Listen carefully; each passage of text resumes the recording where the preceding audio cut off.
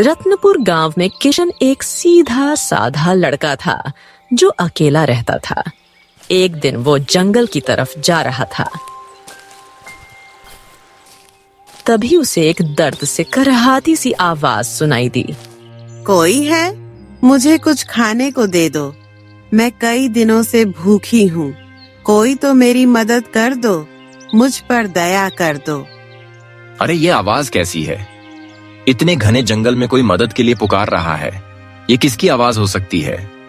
किशन इधर उधर देखता है और फिर झाड़ियों को हटाकर जैसे ही नजदीक जाता है तो देखता है एक बूढ़ी औरत भूखी प्यासी एक पेड़ के नीचे बैठकर रो रही होती है। अरे इतने भयानक जंगल में ये अम्मा क्या कर रही है? मुझे इनके पास जाकर देखना चाहिए। फिर किशन उस बूढ़ी औरत के पास जाता है। अम्मा, आप यहाँ इस हालत में कैसे बैठी हैं? क्या हुआ है आपको? और आप रो क्यों रही हैं? बताइए, मैं आपकी क्या मदद कर सकता हूँ? बेटा, मेरे बेटे बहू ने मुझे घर से निकाल यहाँ छोड़ दिया है। मैं कई दिनों से भूखी हूँ।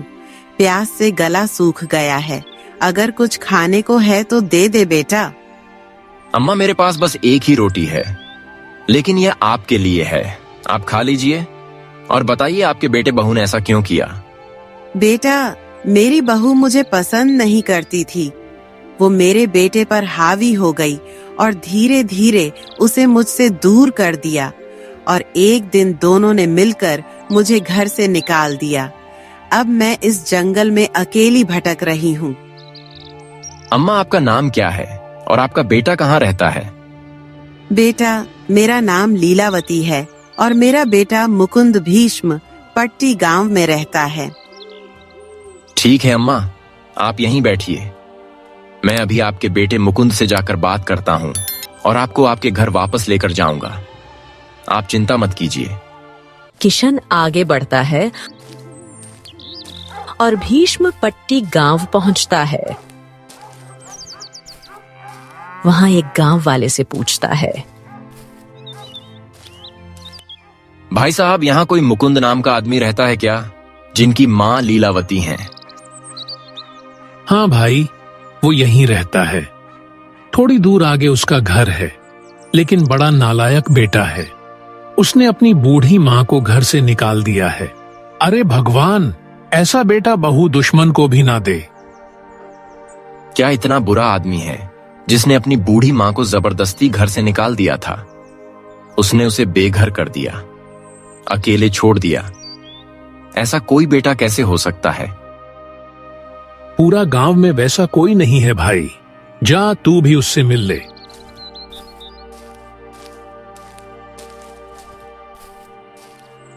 मुकुंद के घर पहुंचता है और गेट पीटने लगता है। मुकुंद भाई, दरवाजा खोलो, तुरंत खोलो। अरे कौन है जो इस तरह दरवाजा पीटे जा रहा है? रुक जा, आ रहा हूं। मुकुंद गेट खोलता है। कौन हो भाई और क्या काम है? इतनी जोर जोर से शोर क्यों मचा रहे हो? तुम्हारी अम्मा मुझे जंगल में अकेली मिली है, बुरी हालत में है, बहुत रो रही थी। तो मैं क्या करूं? अब वो मेरी जिम्मेदारी नहीं है। अरे शर्म करो मुकुंद, जिस माँ ने तुम्हें जन्म दिया, पाल पोष कर बड़ा किया, आज जब वो बूढ़ी और लाचार हो गई है तो उसे इस हाल में छोड़ा दिया है। यही है तुम्हारी इंसानियत, यही है तुम्हारा संस्कार। तू कौन होता है मुझे सिखाने वाला? जा यहां से।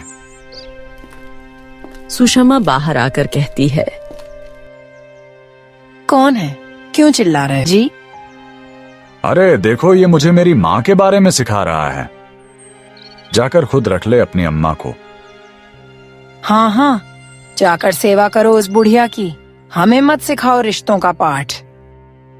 आप लोग ऐसा क्यों बोल रहे हैं? आखिर वो आप दोनों की माँ है। आप ऐसा नहीं कर सकती हैं।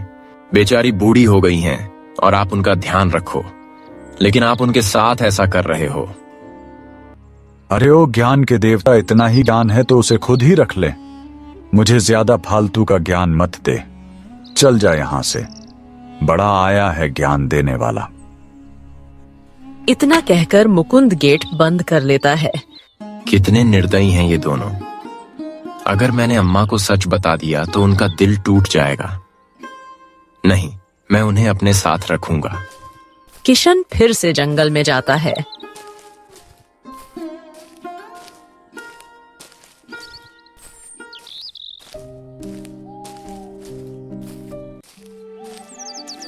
अरे बेटा, तू आ गया। मैं कब से तेरा इंतजार कर रही थी। क्या कहा मेरे बेटे बहू ने? क्या वो मुझे अपने साथ रखेंगे?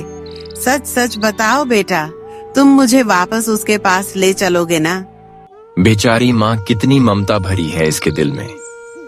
अपने बेटे और बहू से कितना प्रेम करती है, और वो दोनों, उन्हें तो इनकी परवाह तक नहीं है। बेटा, तू कुछ बोल क्यों नहीं रहा? कुछ तो कह। तेरे यूं चुप रहने से मेरा दिल घबरा रहा है। वो मुझे अपनाएंगे ना? अम्मा चलिए मेरे साथ। अब से आप मेरे घर में रहेंगी। मैं आपका बेटा बनकर आपकी सेवा करूंगा। वैसे भी मेरी कोई माँ नहीं है, तो आप मेरी माँ बनकर रहिएगा। लेकिन बेटा, मैं अपने बेटे बहू से मिलना चाहती हूँ। अम्मा, वो लोग अभी गांव में नहीं हैं। जब लौटेंगे तब मैं खुद आपको उनके पास ले चलूंगा। ठीक है बेटा, जब तक मेरा बेटा नहीं लौटता मैं तेरे साथ रहूंगी। आज तूने मेरा दिल जीत लिया बेटा।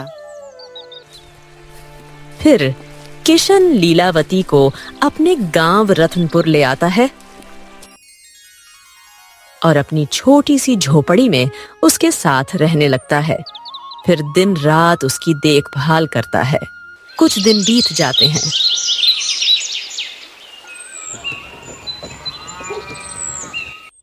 दूसरी ओर सुषमा को पूरे शरीर में घाव हो जाते हैं। सुनिए, कब तक ऐसा चलेगा? मेरा शरीर अब जल रहा है। हर रोज बुखार चढ़ता है, सिर दर्द होता है, बदन जैसे टूटने लगता है। मैं अब पानी भरने लायक भी नहीं रही। आप कुछ करिए ना, कुछ तो कीजिए। कहो मैं क्या करूं सुषमा? तुम इतने दिनों से बीमार हो, मैं चाहकर भी कुछ नहीं कर पा रहा हूं। कुछ समझ में नहीं आ रहा है। बोलो ना, मैं क्या करूं तुम्हारे लिए? तो फिर कम से कम जाकर अम्मा को ले आओ।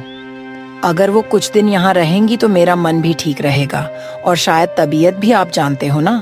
माँ खाना बना देगी और घर का सारा काम भी कर देगी, तो मुझे थोड़ी मदद मिल जाएगी। ठीक है, लेकिन मुझे तो यह भी नहीं पता कि वो है कहाँ। जब से घर से निकली है कोई खबर ही नहीं है। कौन जाने कहाँ भटक रही होगी। वो हमारे गांव के ही आसपास होंगी। ढूंढो तो मिल ही जाएंगी। भगवान ने चाहा तो मिलेंगी जरूर। अच्छा ठीक है, जाकर देखता हूँ। इतना कहकर मुकुंद निकल जाता है और सब जगह तलाश करता है, पर कहीं उसे लीलावती नहीं मिलती। फिर वो एक पेड़ के पास बैठ जाता है। हे भगवान, वो लड़का कहाँ गया? उसका घर कहाँ है? अगर खाली हाथ लौटा तो सुषमा और बिगड़ जाएगी। मुझे उस लड़के को ढूंढना ही होगा। वही जानता है अम्मा कहाँ है। तभी दूर सड़क पर किशन दिखता है। अरे किशन, अरे किशन, रुको। मैं कब से तुम्हें ढूंढ रहा हूं। मुझे मेरी अम्मा के पास जाना है। मुझे उनके पास ले चलो। मैं तुम्हें उनके पास नहीं ले जा सकता। तुमने जो किया वो बहुत गलत था। तुम्हें कोई हक नहीं कि अब उन्हें मुंह दिखाओ। तुम जरूर फिर कुछ गलत करोगे उनके साथ। मैं नहीं ले जाऊंगा तुम्हें। देखो किशन, वो मेरी माँ है। मुझे उनसे मिलने का हक है। तुम कौन होते हो मुझे रोकने वाले? मैं उनसे माफी मांगूंगा, उनसे बात करूंगा और उन्हें वापस लाने की कोशिश करूंगा। मैं जानता हूं तुमने बहुत दुख दिया है उन्हें, लेकिन अगर तुम्हारा दिल सच में बदला है तो चलो, मैं तुम्हें उनके पास ले चलता हूं। अगर उन्होंने चाहा तो तुम्हें माफ भी कर देंगी। किशन मुकुंद को लेकर लीलावती के पास आता है। माँ, तुम कहाँ थी? मुझे माफ कर दो। मुझसे बहुत बड़ी गलती हो गई माँ। अब मेरे साथ घर चलो। मेरी पत्नी बहुत बीमार है, उसके पूरे शरीर में घाव हो गया है और उसे किसी अपने की जरूरत है। वो तुम्हारी बहू है माँ, और इस समय वो तुम्हारी जिम्मेदारी है। अच्छा, तो अपने स्वार्थ के लिए आए हो? नहीं अम्मा, आप मत जाना इसके साथ। यह फिर आपको घर से निकाल सकता है। मैं जानती हूँ तुम दुखी हो, लेकिन मुकुंद सच में पछता रहा है और इस बार वो सच में चाहता है कि मैं उसके साथ चलूं। मैं सच कह रहा हूं माँ। अब मैं वैसा बेटा नहीं रहा जो था। मुझे समझ में आ गया कि माँ की ममता का कोई मोल नहीं, और आपके बिना मेरा घर अधूरा है। किशन, तुम पीछे हटो। ये मेरा बेटा है और जो भी हो गलती मान रहा है। उसे मौका देना ही पड़ेगा। मुझे दिख रहा है कि इस बार इसके मन में सचमुच पश्चाताप है। मैं इसके साथ चलूंगी। अम्मा मेरी बात तो सुनो। उसका बेटा रखने को तैयार है तो तुम कौन होते हो रोकने वाले? एक बात याद रखना अम्मा, अगर कभी कुछ गलत हुआ या जरूरत पड़ी तो मेरा दरवाजा हमेशा तुम्हारे लिए खुला है अम्मा। धन्यवाद बेटा। अब हमें निकलना चाहिए। बेटा, रात हो रही है और जंगल में रुकना ठीक नहीं होगा। हे भगवान, मेरा मन बहुत घबरा रहा है। लगता है कुछ अनहोनी होने वाली है। अम्मा की रक्षा करना भगवान। लीलावती अपने बेटे मुकुंद के साथ घर लौटती है। अम्मा, अम्मा, आप कहाँ चली गई थी? मुझे देखिए, मेरे पूरे शरीर में घाव हो गए हैं। कोई देखने वाला नहीं था। मैं बहुत परेशान हो गई थी। चुप हो जा बेटी, अब मैं आ गई हूँ ना। कुछ नहीं होगा, मैं सब देख लूंगी। तू बस आराम कर। अब तो कोई पानी तक नहीं भरने देता। गांव वाले मुझे देखकर डर जाते हैं और कोई बात तक नहीं करता। अब तू कुछ मत सोच, मैं सब संभाल लूंगी। और कोई कुछ बोले तो मुझे बोलना। बस तू अब आराम पर ध्यान दे। ठीक है अम्मा, आप पानी भर कर लाओ। घर में पानी बिल्कुल खत्म हो गया है। ठीक है बहू। उस दिन से लीलावती अपनी बहू की दिन रात सेवा करने लगती है और कुछ ही दिन में सुषमा पूरी तरह से ठीक हो जाती है। तभी सुनो जी, अब मैं पूरी तरह ठीक हो गई हूँ, तो अब आप अपनी अम्मा को वापस छोड़ आइए उस लड़के के यहाँ। लेकिन सुषमा अम्मा जाने को तैयार नहीं, तो क्या करें? क्या सारी उम्र उन्हें पालते रहेंगे? अरे कौन बैठकर खिलाएगा उन्हें? हमारे पास इतना पैसा नहीं है कि बुढ़िया को पाले। वैसे भी हमारा एक बच्चा है। बच्चे को खिलाएंगे कि अम्मा को खिलाएंगे? अगर इस बुढ़िया को रख लिया तो मेरा बच्चा भूखा रह जाएगा। मैं अपने बच्चे का निवाला किसी को नहीं देने वाली। अच्छा ठीक है, चलो बात करते हैं उनसे। दोनों लीलावती के पास आते हैं।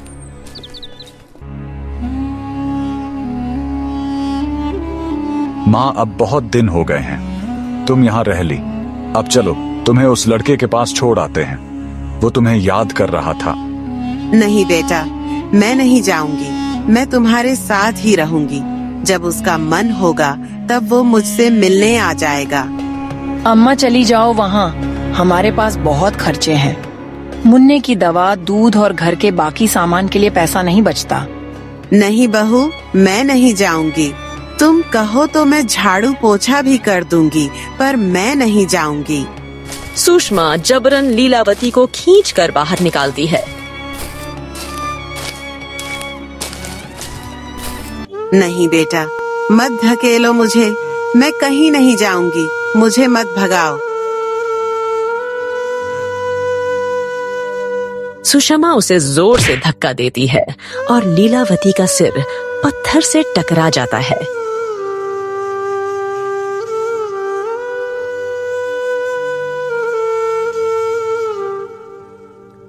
अरे ये तूने क्या कर दिया सुषमा? माँ उठो माँ। क्या हुआ माँ? बोलो ना माँ। लीलावती अब कुछ नहीं बोलती। वो मर चुकी थी।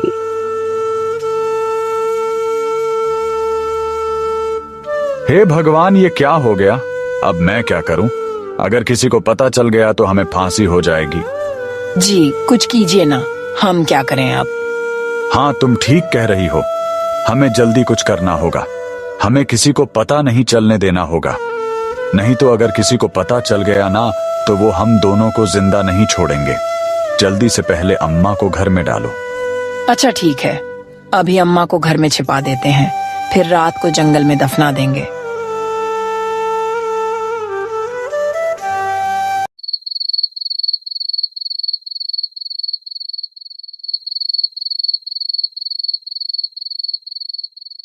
रात होती है और दोनों लीलावती की लाश को जंगल ले जाकर दफना देते हैं। चलो अब किसी को कानो कान भनक भी नहीं लगेगी कि हमने जंगल में अम्मा को दफना दिया है।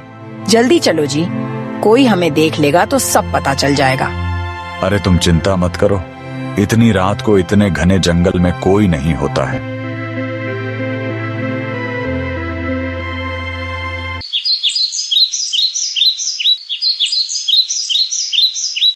कुछ दिन बीत जाते हैं।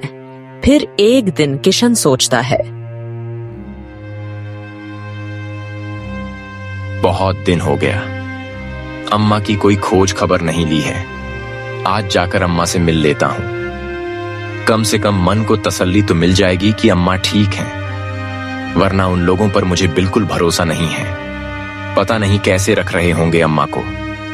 बस अब और देर नहीं, अभी निकलता हूं भीमपट्टी गांव के लिए।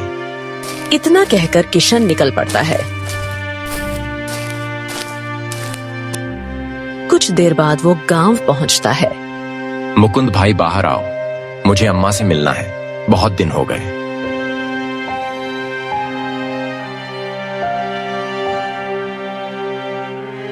तुम यहाँ क्यों आए हो?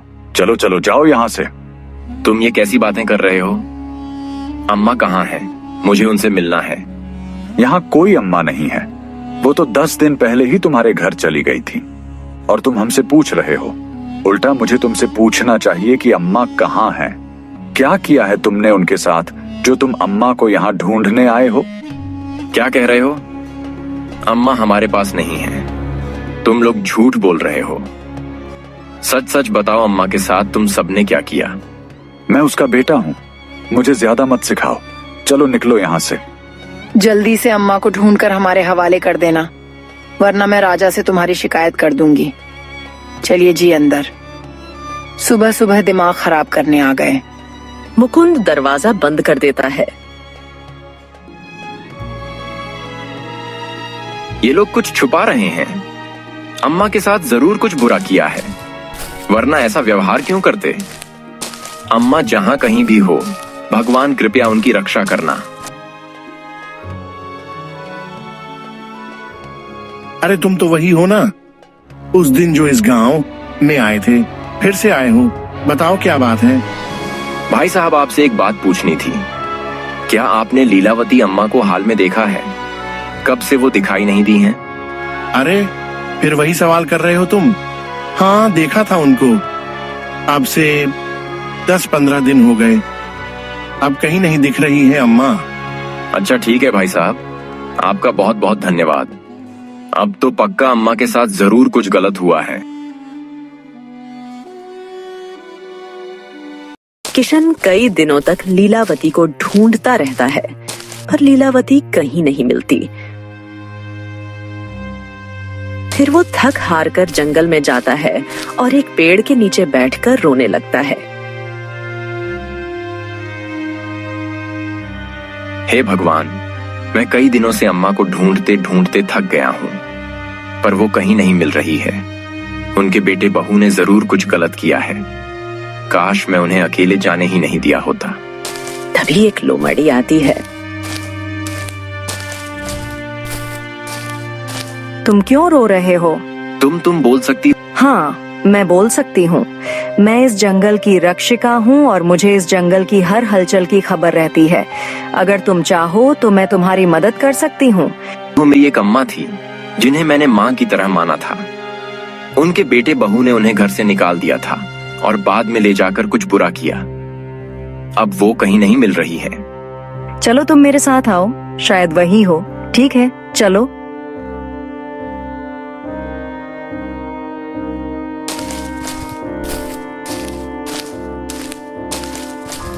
किशन और लोमड़ी कब्र के पास पहुंचते हैं, मिट्टी हटाते हैं।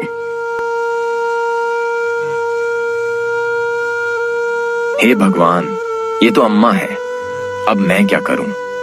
अम्मा को इस हालत में देखकर मेरा दिल फटा जा रहा है। अगर मैंने उनका ठीक से ख्याल रखा होता तो आज ये मरी नहीं होती। हे भगवान, अम्मा के साथ तुम भी इतना पत्थर दिल क्यों बन गए? बेचारी कितना दुख तकलीफ सही होंगी। अब तुम्हें राजा के पास जाना चाहिए और उन्हें सब बताना चाहिए। हाँ, अब मैं उन दोनों को नहीं छोड़ूंगा। मैं अभी महाराज के पास जाऊंगा और सब कुछ बताऊंगा।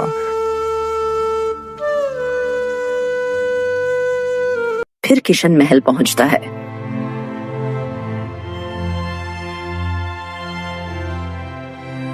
कहो, क्या तकलीफ है?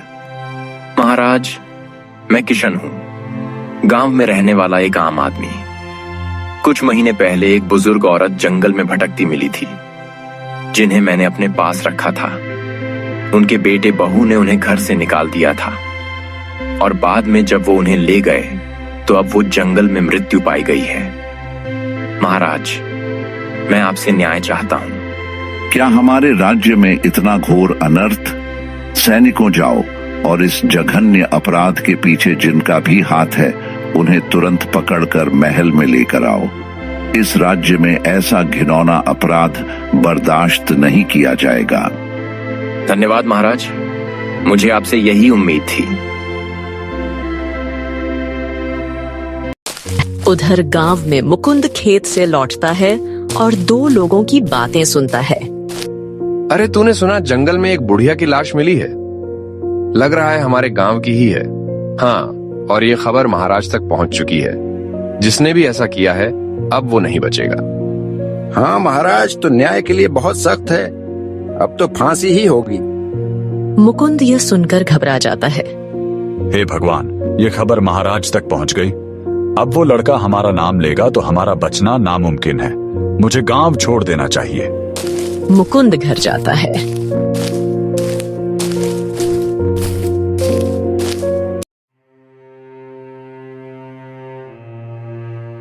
क्या हुआ जी? आप इतने घबराए हुए क्यों लग रहे हो? अरे जल्दी से बिट्टू को लो और चलो यहाँ से। हमें अभी के अभी गांव छोड़ना है। अम्मा की लाश जंगल में मिल गई है और ये खबर अब सब जगह फैल चुकी है। और अगर वो लड़का हमारा नाम लेगा तो महाराज हमें फांसी दे देंगे। इसलिए एक पल भी यहाँ रुकना खतरे से खाली नहीं है। पर क्यों? क्या हुआ? अम्मा की लाश जंगल में मिल गई है और ये खबर अब सब जगह फैल चुकी है। और अगर वो लड़का हमारा नाम लेगा तो महाराज हमें फांसी दे देंगे। इसलिए एक पल भी यहाँ रुकना खतरे से खाली नहीं है। हे भगवान, ये क्या हो गया? चलिए चलिए, मैं बिट्टू को ले रही हूँ। आप थोड़ा बहुत खाने का सामान समेट लीजिए। वो तीनों जल्दी से गांव छोड़कर चले जाते हैं। सैनिक गांव में पहुंचता है।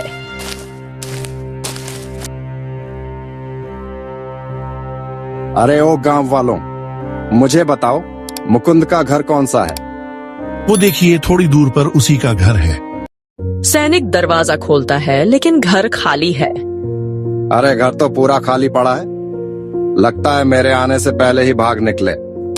फिर सैनिक खाली हाथ महल आ जाता है।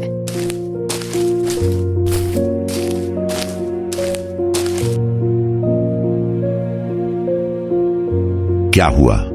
मुकुंद और उसकी पत्नी कहाँ गई? महाराज, वो सभी गांव छोड़कर भाग गए हैं। उनकी यह मजाल, वो जहां भी भागे पूरे जंगल और आसपास के गांव में तलाश करो। हर चप्पे की तलाशी लो और जब तक ये दोनों मेरे सामने ना आ जाएं, चैन से मत बैठना।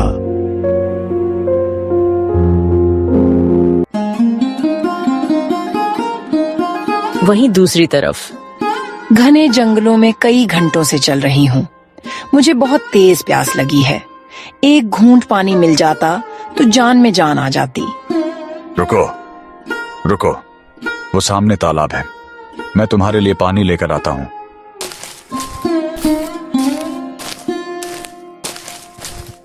मुकुंद तालाब से पानी लेता है, एक घूंट पीता है और जैसे ही दूसरा लेने वाला होता है, तालाब में हलचल होती है। एक रहस्यमय आवाज आती है। रुक जा, तुमने मेरे आज्ञा के बिना मेरे तालाब का पानी कैसे पी लिया? कौन हो आप? मुझे नहीं पता था यह तालाब आपका है। माफ कीजिए, मुझे सच में बहुत प्यास लगी थी। माफी।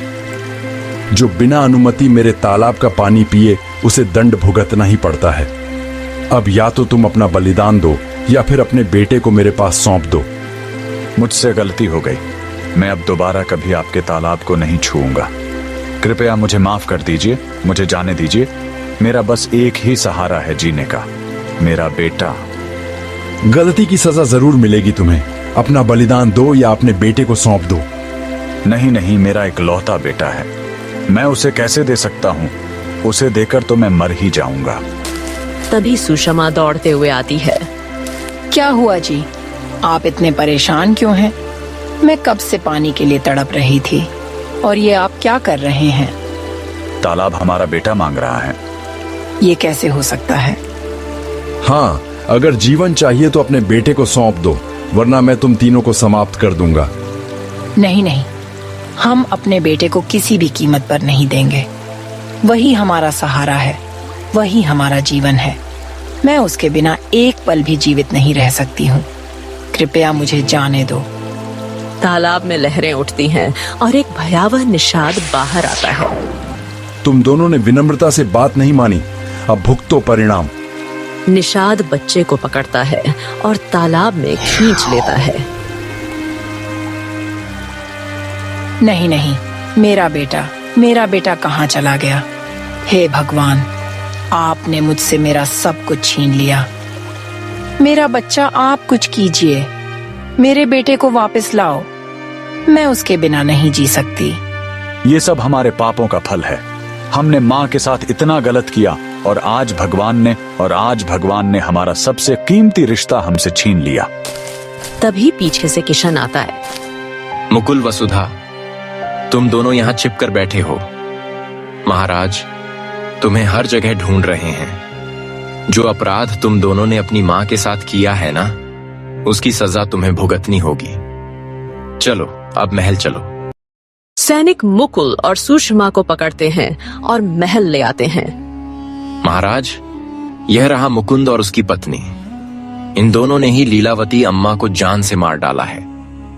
महाराज कृपा कीजिए, मुझसे बहुत बड़ी भूल हो गई।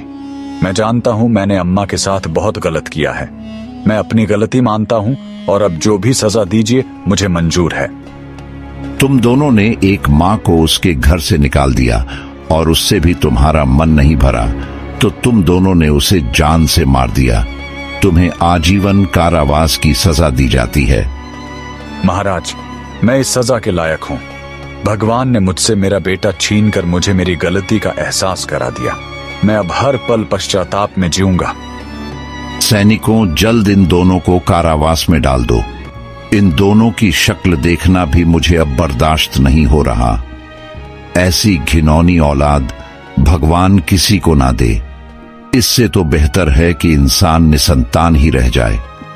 जो आज्ञा महाराज है। सैनिक मुकुंद और सुषमा को पकड़ता है। चलो, तुम्हारे कर्मों की सजा अब तुम्हें जेल में ही मिलेगी। सैनिक उन्हें ले जाकर कारावास में डाल देता।